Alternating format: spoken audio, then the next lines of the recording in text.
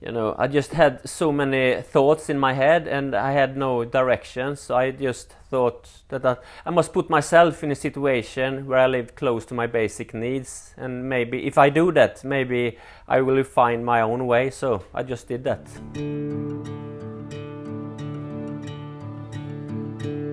Markus Torgeby was a promising ultra runner until an injury ended his career and triggered a life crisis. With nothing but an axe, a sleeping bag and the clothes on his body, he bought a one-way ticket to Jämtland forest, where temperatures plummet to minus 40 degrees in winter.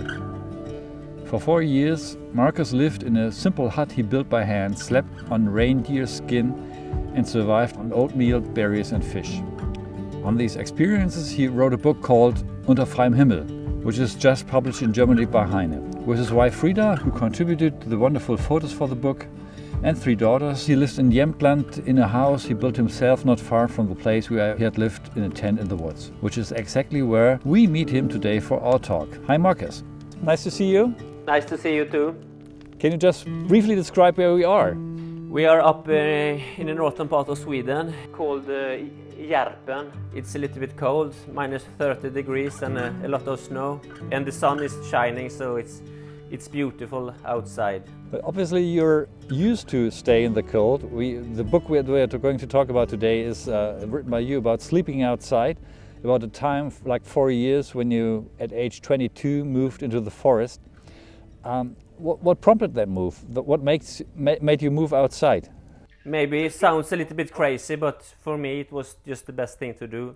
To just be by myself and by my own thoughts and in my own head. And sometimes I think it's really important that you put yourself in a situation like that.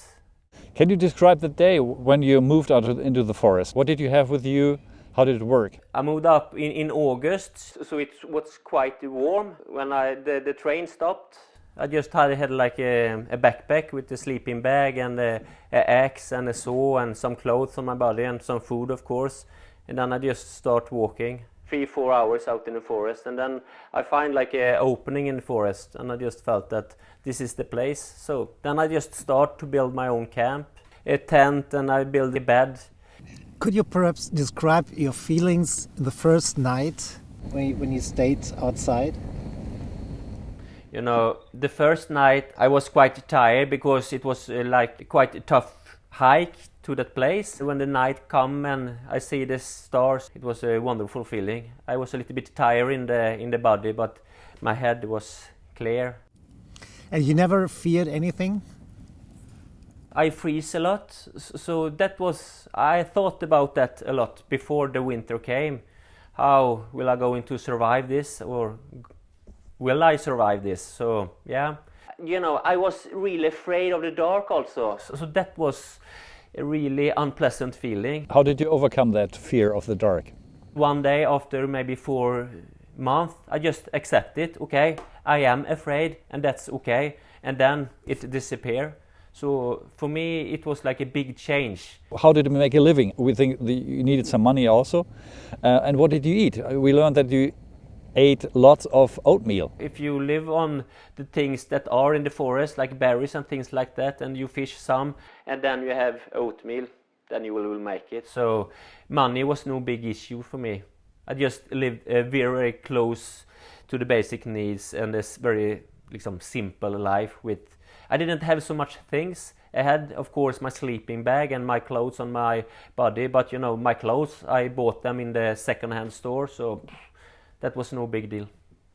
And was it clear from the beginning that you stayed outside for 4 years?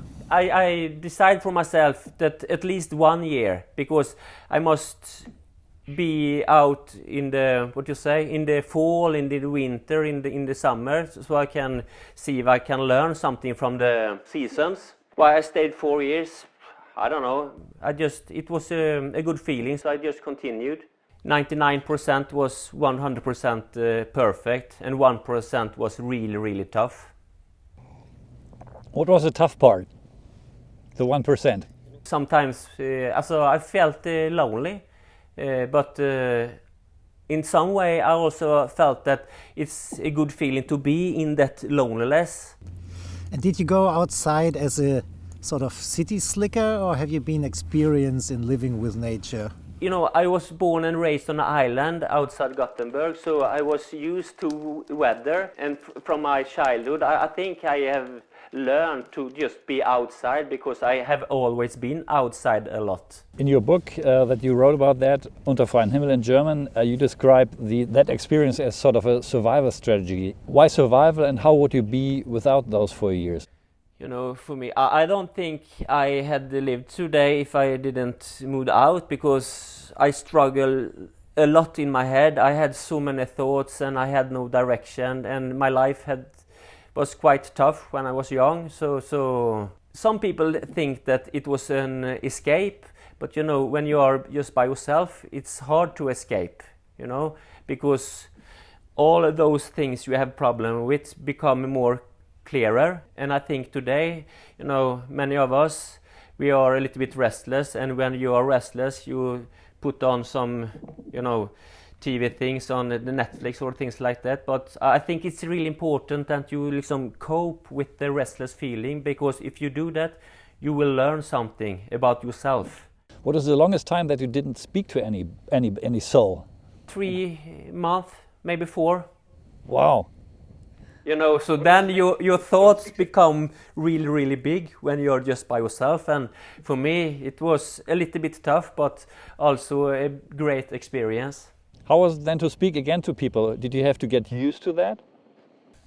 No, but you know, I hadn't talked to anyone for maybe 3 months, and then I go to the store, and then when I talk to the girl who take the money, I just maybe talk to her for 10 seconds, and for me that was enough.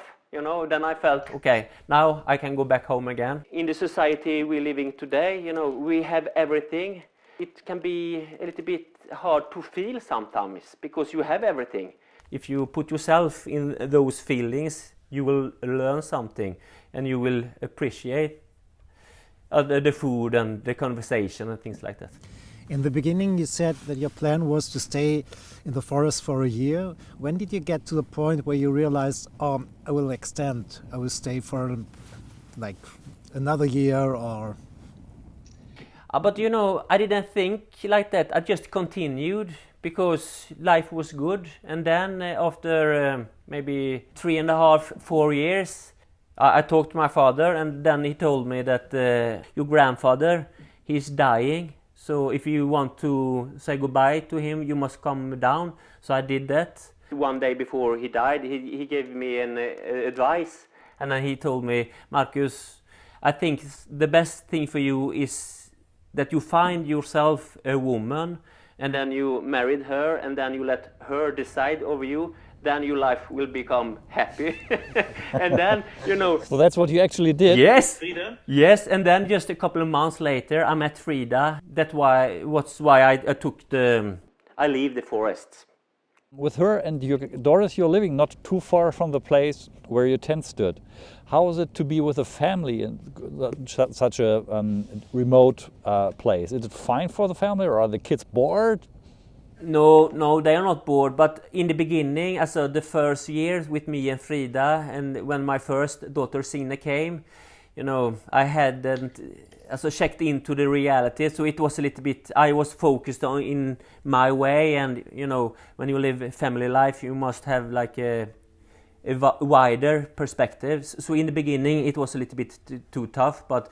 Now, since 10 years ago, life is perfect, and my kids are very healthy, and you know, and when they are going to be, you know, 20 years old or things like that, if they want to live in a city, it's no problem, you know, they can do whatever they want. But me and Frida's ambition is to build a strong foundation in the head for the kids, and I think we do that when we are living close together and also out in the nature.